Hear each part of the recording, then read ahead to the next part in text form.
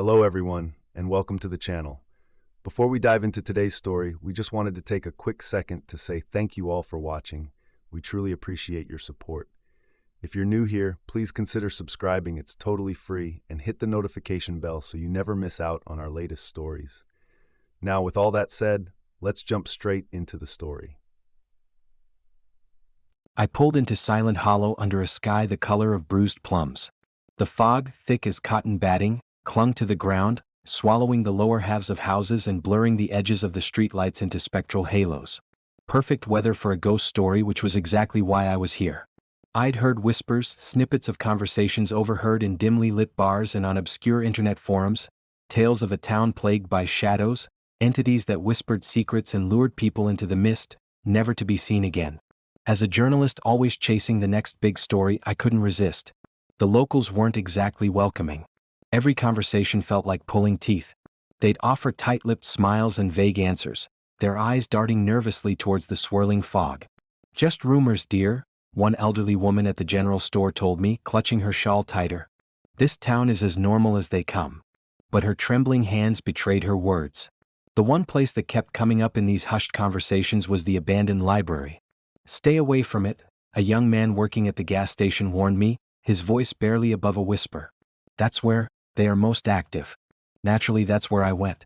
The Silent Hollow Public Library stood at the edge of town, a hulking Gothic structure swallowed by ivy. The windows were boarded up, and the front door hung precariously on its hinges. Even in the dim light, I could feel a chill radiating from the building, a coldness that seeped into my bones. Pushing the door open with a groan that echoed through the empty streets, I stepped inside. The air was thick with the scent of mildew and decay. Dust motes danced in the faint light filtering through cracks in the boarded windows, creating an eerie, almost ethereal glow. Rows of bookshelves lined the walls, their contents long forgotten, their spines cracked and faded. It was quiet, unsettlingly so. Then I heard it, a whisper so faint I almost dismissed it as my imagination. It seemed to come from everywhere and nowhere at once, a sibilant murmur that tickled the edge of my hearing. I strained, trying to decipher the words, but it was just a jumble of sounds, like the rustling of leaves in a graveyard. I shivered, pulling my jacket tighter. "Hello?" I called out, my voice echoing in the vast space. The only response was the whisper, a little louder now, a little more insistent. A figure emerged from the shadows at the far end of the library. He was tall and gaunt, with a shock of white hair and eyes that seemed to absorb the light. He wore a tweed suit that looked like it hadn't been cleaned in decades. "You shouldn't be here," he said, his voice raspy, like dry leaves skittering across pavement. "I'm Emma Carter," I said, holding out my hand. "I'm a journalist. I'm here to learn about the town." He ignored my hand. "This town has nothing to offer you but sorrow. Go back where you came from." "I've heard stories," I pressed, "about disappearances, about shadows." His eyes narrowed. "Rumors, idle gossip. This town is perfectly safe. But people are afraid," I countered. "They whisper about the library, about something lurking here." He sighed, the sound heavy with weariness. "Then they are fools. There is nothing here but old books and forgotten memories." "Do you live here?" I asked, gesturing around the library. "I am Mr. Holloway," he said, finally offering a curt nod. "The town historian. And this," he swept his hand across the dusty shelves, "is my home." I spent the next hour talking to Mr. Holloway, trying to glean any information I could. He was evasive, deflecting my questions with rambling anecdotes about the town's history, carefully avoiding any mention of the more recent, darker events. He spoke of the founding families, the industries that had flourished and faded, the wars that had touched Silent Hollow. But when I tried to steer the conversation towards the disappearances, the shadows, he would clam up, his eyes clouding over. "You need to leave, Miss Carter," he said finally, his voice laced with a strange urgency. "This town, it isn't safe for outsiders." "Why?" I asked, my reporter instinct screaming. "What aren't you telling me?" He looked at me, his eyes filled with a deep, unsettling sadness. "Some things are best left buried," he said. "Some doors are best left unopened."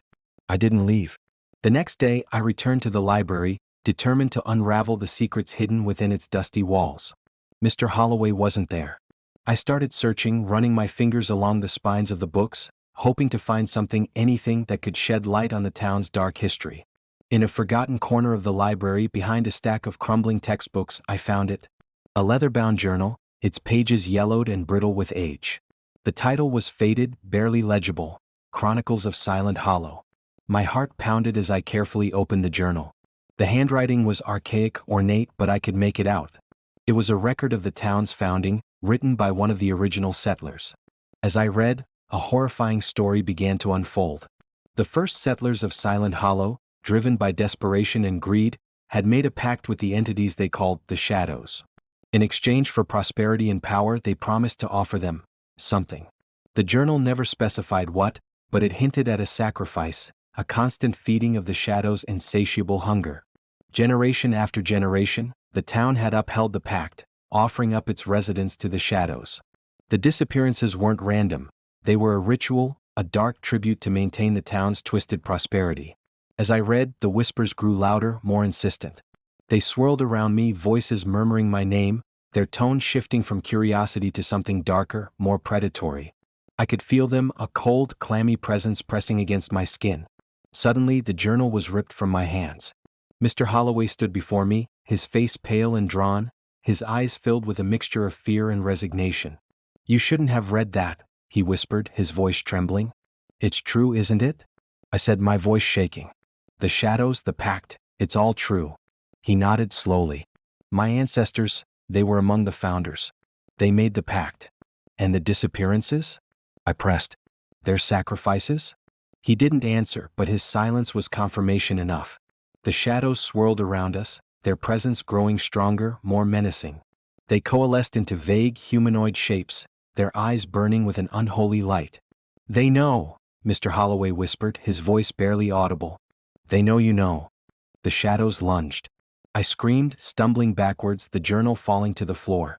Mr. Holloway stepped in front of me, shielding me from their advance. "Leave, Emma," he shouted. "Get out of here. I'll hold them off." I didn't want to leave him, but I knew he was right. I had to get out, to expose the truth about Silent Hollow. I turned and ran, the whispers chasing me, clawing at my mind. I barely made it out of the library.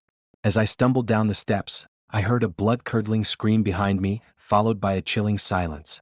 I spent the night in my car, huddled on the edge of town, the fog pressing against the windows like a suffocating blanket. I couldn't shake the image of Mr. Holloway sacrificing himself to save me. I knew I couldn't leave Silent Hollow. I had to do something. I had to break the pact, to free the town from the Shadows' grip. In the morning, I went back to the library. It was deserted, eerily silent. Mr. Holloway was gone. I found the journal where I had dropped it, its pages open to the passage describing the original pact. I sat down at a dusty table and began to read, searching for any clue, any loophole that could break the curse. The journal spoke of a ritual, a binding ceremony performed by the town's founders. It required a sacrifice, but it also mentioned a way to undo the pact, a counter-ritual that could banish the Shadows back to the darkness from whence they came. The counter-ritual involved a specific incantation, recited at the site of the original pact, using an artifact of pure light. The journal mentioned a sunstone, a gem said to have been brought to Silent Hollow by the founders. It was rumored to be hidden somewhere in the library. I spent hours searching, tearing through the shelves, sifting through piles of dusty books. Finally, in a hidden compartment behind a bookshelf, I found it. A small, intricately carved wooden box. Inside, nestled on a bed of velvet, was the sunstone. It pulsed with a warm, golden light, a beacon of hope in the oppressive darkness. Armed with the sunstone and the knowledge of the counter-ritual, I sought out the site of the original pact. According to the journal, it was located in the center of the town square, marked by an ancient oak tree. The fog was thicker than ever as I made my way to the town square. The houses were silent, their windows like vacant eyes staring out into the gloom. I could feel the Shadows watching me, their whispers growing louder, more menacing. When I reached the oak tree, I found a circle of withered grass around its base, a sign of the dark rituals that had been performed there. I took a deep breath, steeling my nerves. As I began to recite the incantation, the Shadows surged towards me, their forms solidifying, their eyes burning with hatred. They tried to silence me, their icy touch sending shivers down my spine. But I pressed on, my voice growing stronger with each word. The sunstone pulsed brighter, its light pushing back the darkness. As I reached the climax of the ritual, the ground began to tremble. The oak tree groaned, its branches twisting and writhing. The Shadows shrieked, their forms flickering and dissolving. With a final, desperate cry, they vanished, leaving behind only a lingering chill and the faint scent of decay. The fog began to dissipate, revealing a clear, star-filled sky. The town was silent, but it was a different kind of silence now, a silence of peace, not of dread. I don't know if the shadows are truly gone. I don't know if Silent Hollow will ever be truly free from its dark past. But I do know that I did everything I could. I broke the pact, I banished the shadows, and I gave the town a chance to heal. I left Silent Hollow the next morning, the rising sun casting long shadows across the empty streets. As I drove away, I glanced back at the town, its secrets still shrouded in mist. I couldn't shake the feeling that I was leaving something behind, something unfinished. But I also knew that I had done all I could. Back in the city, the story I wrote about Silent Hollow became a sensation. But even with the accolades and awards, I couldn't shake the feeling that a part of me remained in that fog-laden town, forever haunted by the whispers of the shadows. And sometimes, late at night, when the city is quiet, I think I can still hear them murmuring my name, a chilling reminder of the darkness that lurks beneath the surface of the world. If you have had any spooky experiences, tell us about them in the comments section. We would love to hear about them. Ready for spine-chilling tales that will haunt your thoughts? Subscribe to Forgotten Storyteller for eerie narrations, unsettling mysteries, and haunting stories you won't forget. Hit the bell icon so you never miss a story, because some stories refuse to stay buried. Join us, if you dare.